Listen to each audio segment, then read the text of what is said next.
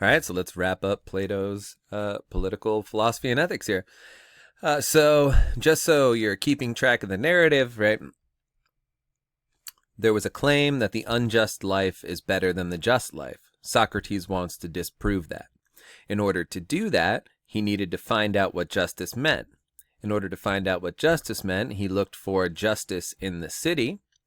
Since all just things share in the same essence, when he finds justice in the city, it should be the same in every other thing, including the individual.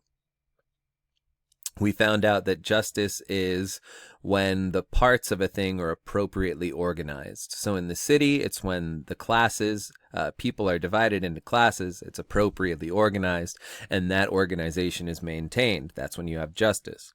And then we found the person.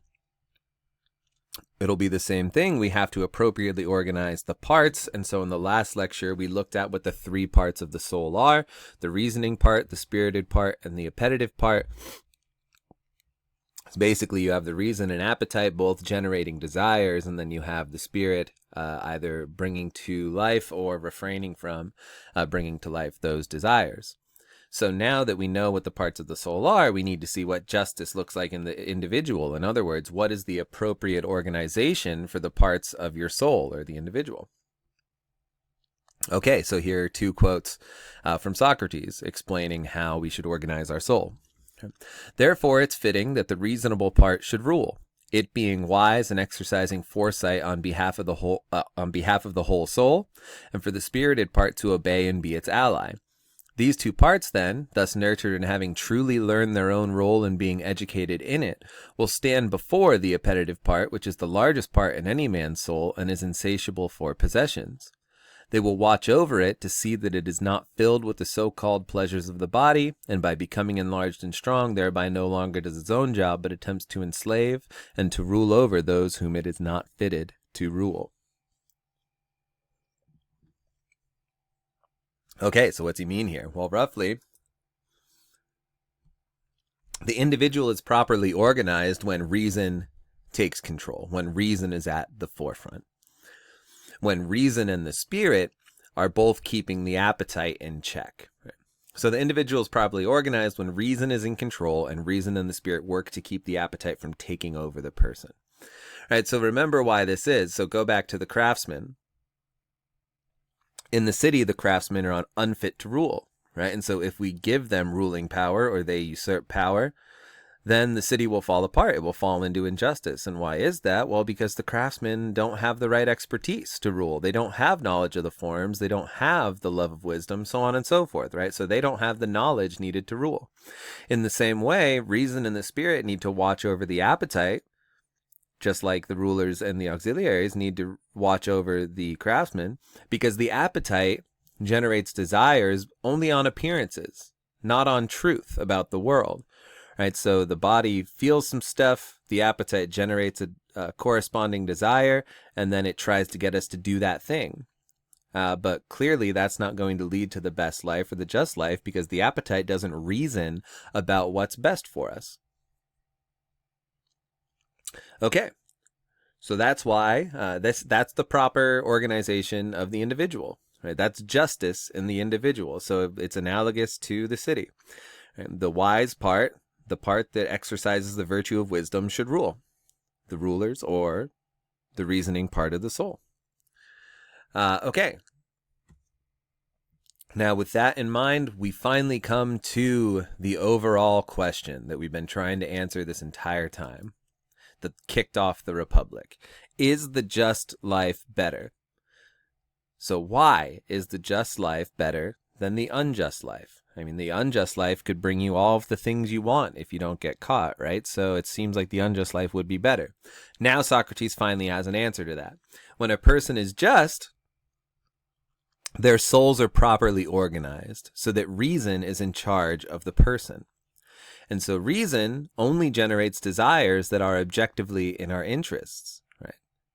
At least when reason is advanced enough and it's getting things right, when you're the lover of wisdom.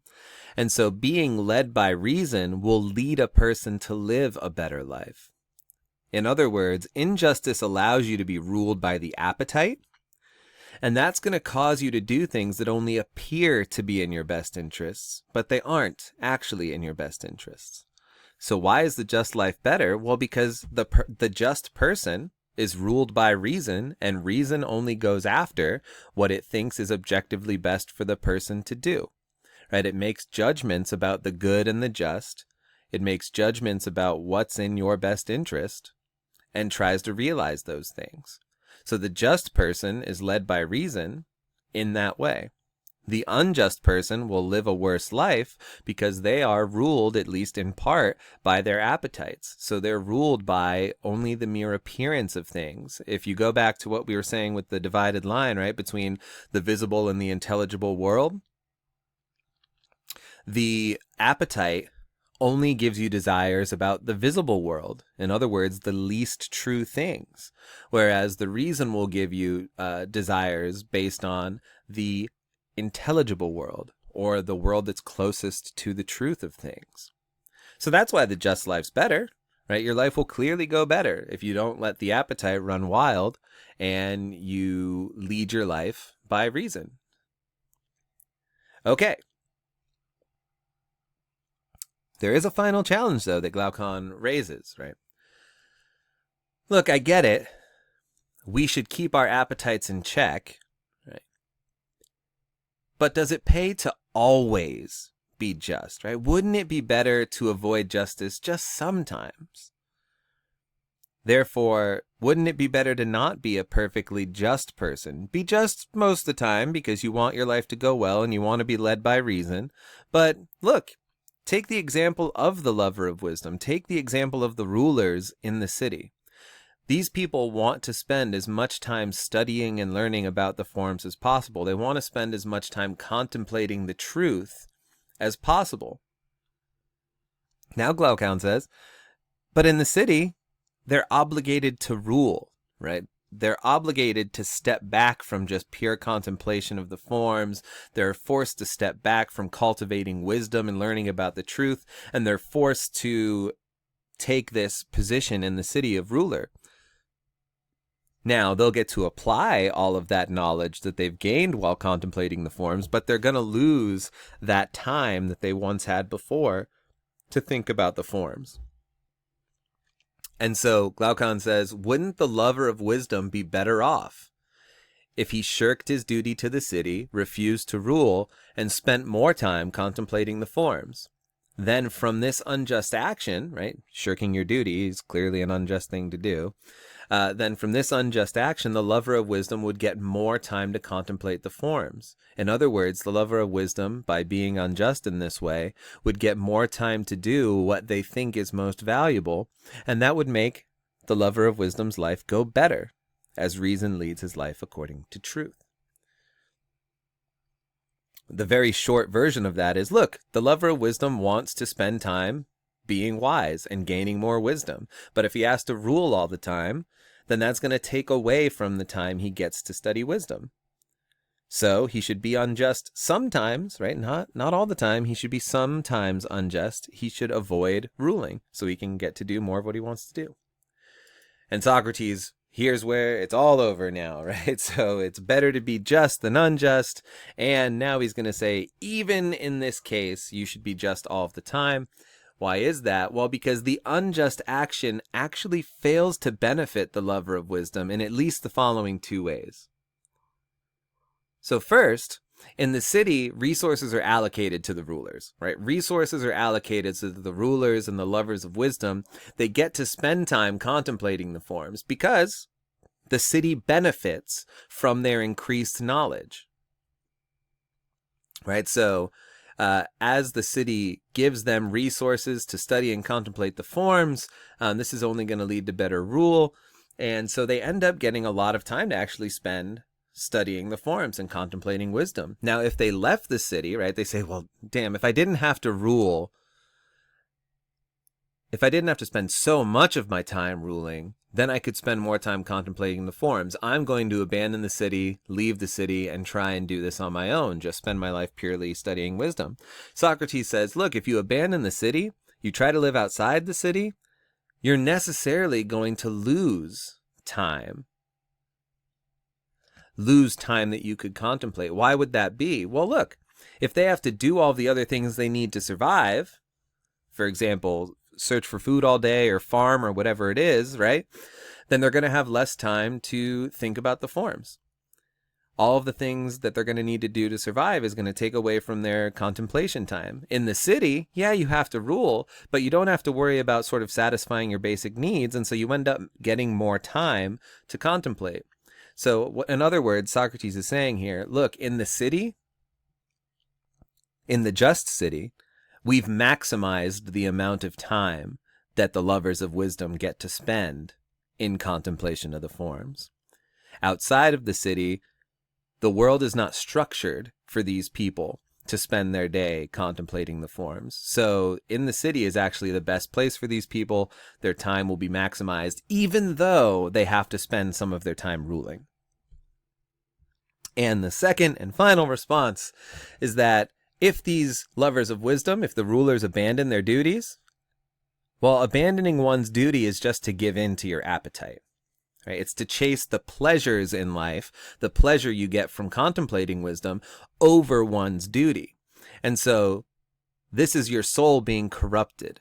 Right? This is the appetite beating reason. It's the appetite controlling or winning the day in this situation. So that's the person giving in to temptation. And so that's a slight disorganization of your soul, right? Remember, reason's always supposed to be in charge. So if you give up your duty, that means reason lost this time. And so your soul is slightly disorganized. And then any disorganization of the soul threatens to further disorganize your soul, right? If you give in to temptation this time, if you let the appetite win this time, it's more likely to win in the future, especially if you're shirking your duties, your primary duties toward the city and your fellow man. So, the lover of wisdom should not abandon the city to spend more time contemplating the forms, because that is simply to allow reason to fall below its leadership role and turn into an unjust person, or at least start on the road. You don't immediately become unjust, but you start on the road to injustice, right? You start slowly disorganizing your soul that way. So you should not leave the city. You should not give up your rule, even if you want to spend more time thinking about the forms, because that's to become a little bit unjust, and because the city's already set up for you to maximize your time being a lover of wisdom. So it's clearly better to live a just life than an unjust life. The just life is one in which you have maximized your time thinking about the things you care about. It's where the soul leads you to the truth and tries to formulate plans of actions based around what is in fact good for you. And it is part of the proper organization of your soul. Why would you want to disorganize your soul, right? It makes sense. The good life, the just life, is one in which your soul is organized. All right, that's it for this week. Thank you, everyone.